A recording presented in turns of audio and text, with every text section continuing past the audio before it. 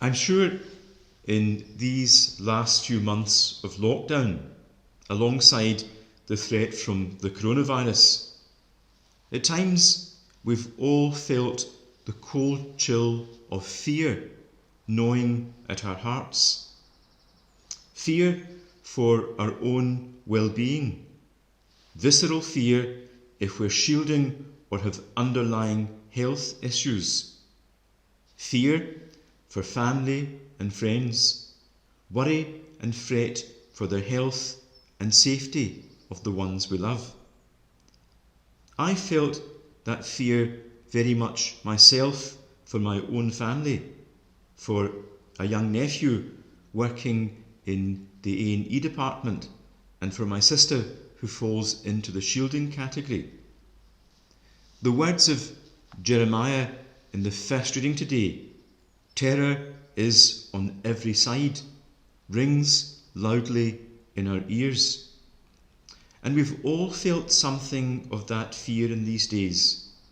But alongside that, we find too the words of Jeremiah, which are words also of faith and of encouragement, because Jeremiah tells us, amidst all his affliction and difficulty, the Lord is at my side. In this difficult and uncertain period, many of us have experienced the comfort and reassurance of faith, despite our churches being closed and Holy Mass suspended. Still, we have felt the Lord's presence close to us, that in all this time God has been by our side. In the Gospel today, our blessed Lord tells us not to be afraid. In fact, he tells us that 3 times. Do not be afraid. Do not be afraid. There is no need to be afraid. And Jesus shows us the reason why we should not be afraid, because we are precious and of infinite value in the eyes of God, our loving Father. Not a sparrow falls to the ground without your Father knowing it, and you are worth hundreds of sparrows. Yes, every hair on your head has been counted. We need not be afraid, because God's love and care surrounds us and sustains us at every moment of our lives. And yet, naturally, we wonder, in the midst of this pandemic, why God has allowed this to happen. Of course, it's never God's will that such an evil would come upon the world. But as St. Augustine assures us, God turns all things to the good, even evil and sin. Reflecting on the good that may have come of this present evil that afflicts our lives, the chaplain to the papal household, Father Renario Cantalamessa, told the story of an 18th century painter, James Thornhill, who was commissioned to paint the frescoes in St. Paul's Cathedral in London. One day, high up on the scaffolding, he was completely engrossed in his painting, and as he stepped back to admire his work, his assistant realised that he was only a step away from death, and he also realised that shouting a warning would do him no good.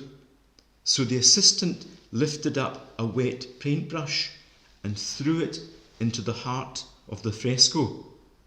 At once, Thornhill jumped forward to save his painting, but instead he saved his life. Perhaps Father Cantalamessa suggests that that's what God has done with us. He's thrown a paintbrush into the masterpiece of his creation to bring us all to our senses, to bring us back to what is essential and truly matters in life. Pope Francis offered his own diagnosis of the present situation when he stood alone in St. Peter's Square at the beginning of the lockdown to give his extraordinary Urbi et Orbi blessing.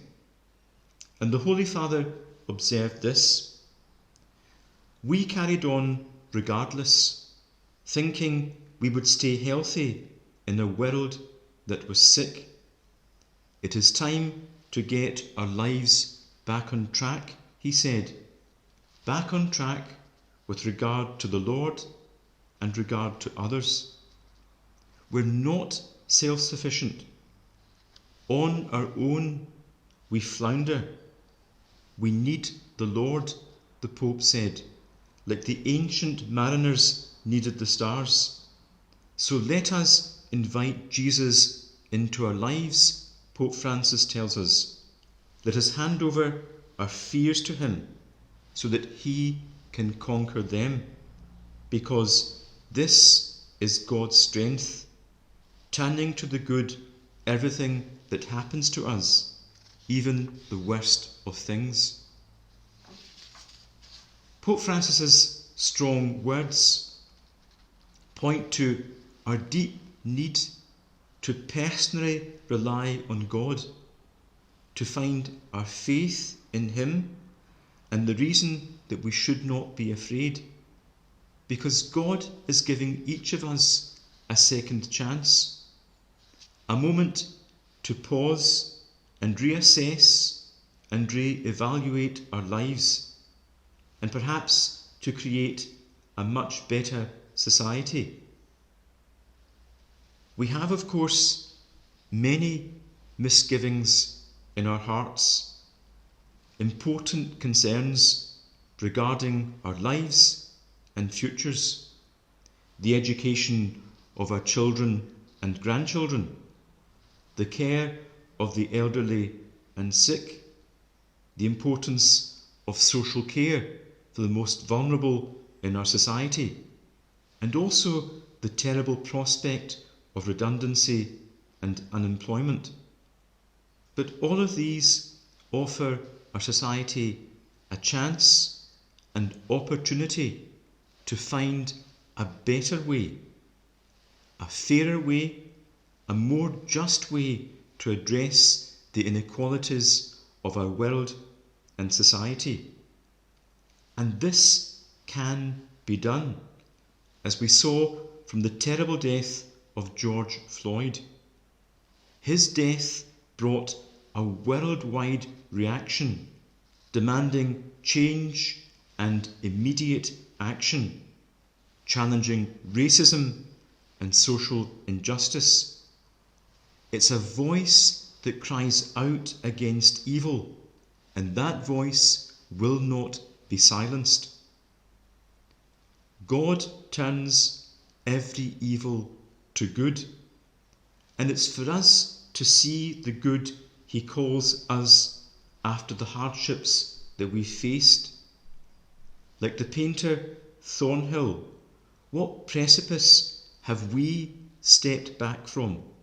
What lesson might God have to teach us, who brings all things to the good, even this pandemic, even our fears and concerns at this time?